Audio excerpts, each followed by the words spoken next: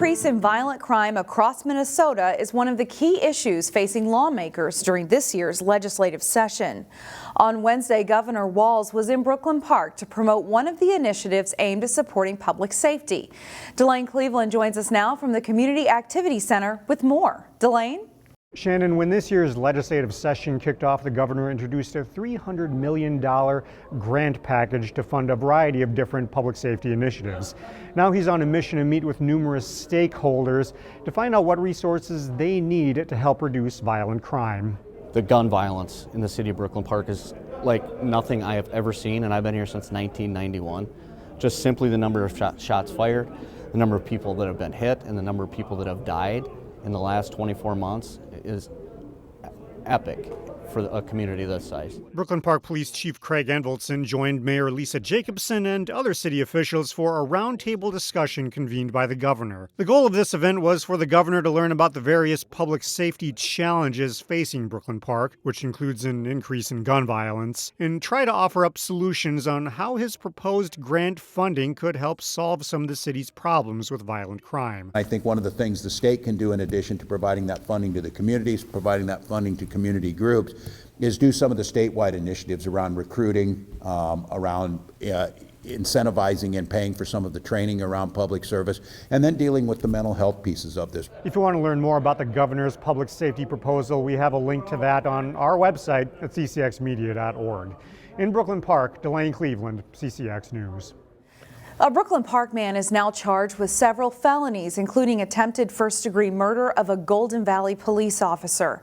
30-year-old Marlon Collins was arrested after a 911 caller in Golden Valley reported an attempted home break-in. The complaint says Collins was dressed in all black and that he was found hiding in a residential backyard.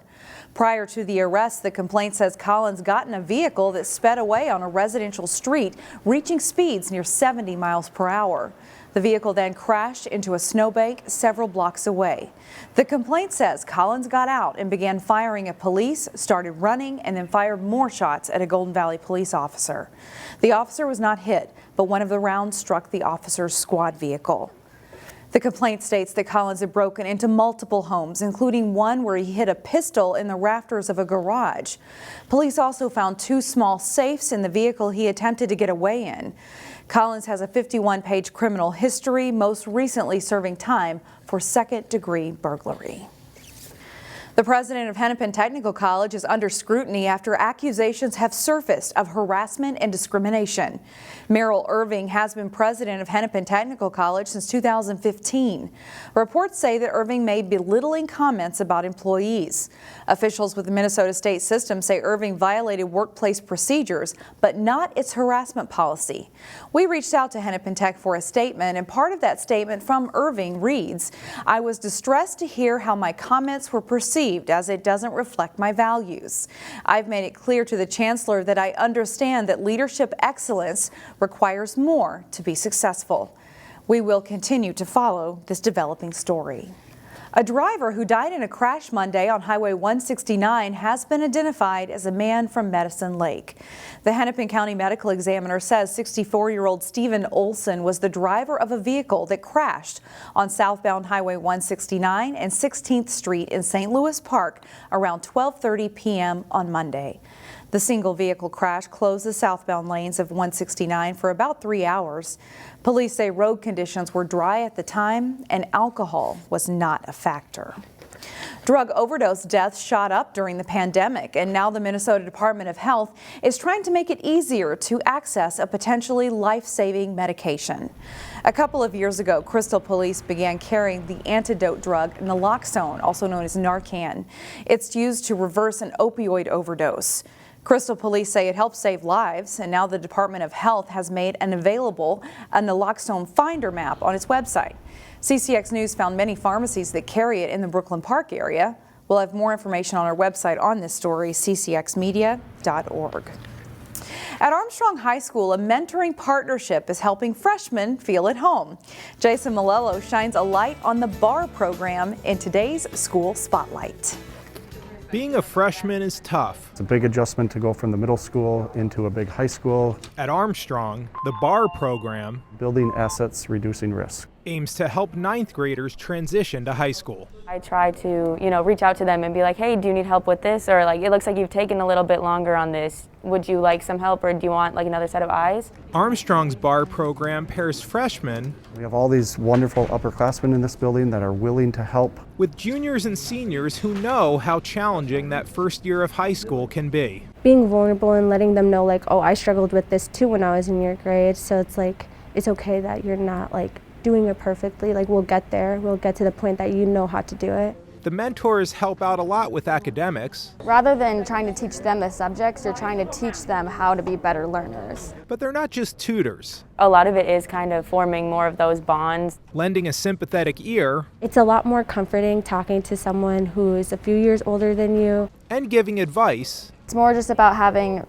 like communication skills and being able to find out what they need and how you can help them. is also a big part of the program. When they get down here and they get paired with their mentor, it takes 10, 15 minutes and they are chit-chatting away. And a lot of the times, the first time that they meet, they don't even talk about school, they just get to know each other. And sometimes the mentors learn a thing or two themselves. There was one kid that I helped last semester. She approached math differently than I did, and I was like, oh, okay, like this makes a little bit more sense than the way I would do it. For the CCX School Spotlight, I'm Jason Malillo.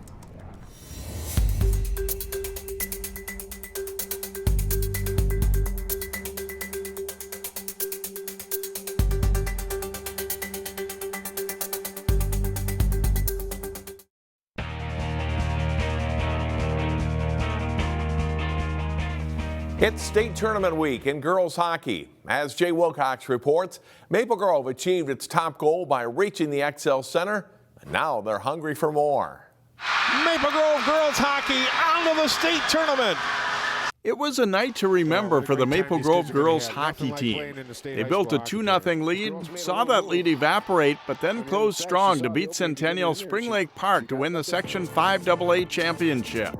It was really exciting. I mean, everyone's worked so hard, and it was just great to see it finally pay off.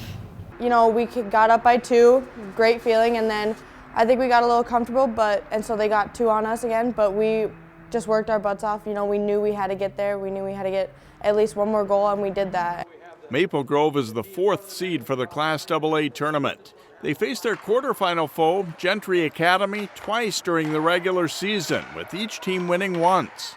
They have a bunch of D1 commits that are very respectable, and I think what we need to do is get a lot of shots on their goalie, and I think if we crash the net and work hard, I think we have overall a better work ethic as a team. They know us really well, we know them really well. They got a fantastic first line, a couple nice, really nice defensemen going to Mankato State. And the Crimson reached the state tournament in 2019 and 2020. They have some remaining players from the last trip to state, and that could help when it comes to tournament jitters. We're a bit more comfortable when we're out there on the ice, and it's just, I don't know, being with the girls who have been out there before kind of calms your nerves a little bit. They made a vow to return to the XL Center. Now it's time for Maple Grove to shine at state. Jay Wilcox, CCX Sports. Wayzata's girls hockey team saw its season end in the Section 6 AA semifinals, but one of the Trojan seniors is now up for a big postseason honor. Jay Wilcox has more. Number 32 Wayzata senior Sloane Matthews is one of 5 finalists for the Miss Hockey Award. Matthews had 35 goals and 19 assists this season to wrap up a stellar career for the Trojans. She's committed to play in college for Ohio State. The Miss Hockey Award will be presented at a banquet Sunday. Jay Wilcox, CCX Sports. The Wayzata boys basketball team has not lost since January 25th. The third-ranked Trojans were shooting for their 8th straight win when they hosted number 4 Minnetonka on a snowy Tuesday night. The Trojans at home for this one, looking for a season sweep of the Skippers. Nice set play off the inbounds pass. Ryan Harvey to Carter Bjerke, back to Harvey for 2. Big night for the senior guard, and it's 9-2 Wayzata. Tonka's Ibrahim El-Amin hits a step-back 3 here to put the Skippers ahead. He's on his way to a 30-point night. A couple of possessions later, it's El-Amin with a long-distance 3-pointer. Part of a 14-0 scoring run for the Skippers. They lead the Trojans 16-9. Check out this shot right before halftime. Wayzata's Miles Barnett with a 3/4 court length shot that banks in to beat the buzzer. That one puts Wayzata within 3 at halftime, 33-30. And it seems to give the Trojans some momentum coming into the second half. Hayden Tibbetts passes to Bjerke, who drains a 3-pointer. Bjerke with 19 points in the night. Spencer Hall looks like he's going inside with a pass, but instead just takes and hits the 3-pointer. He's one of 4 Trojans players to score in double figures. Tonka keeps it close. Alex Jones open on the wing, drains a 3 with 5 minutes to play. The Skippers are within 4. But the Trojans hold their lead. Barnett misses a shot on the lane. Harvey, though, is there for the rebound and putback. He leads Wayzata in scoring with 20 points.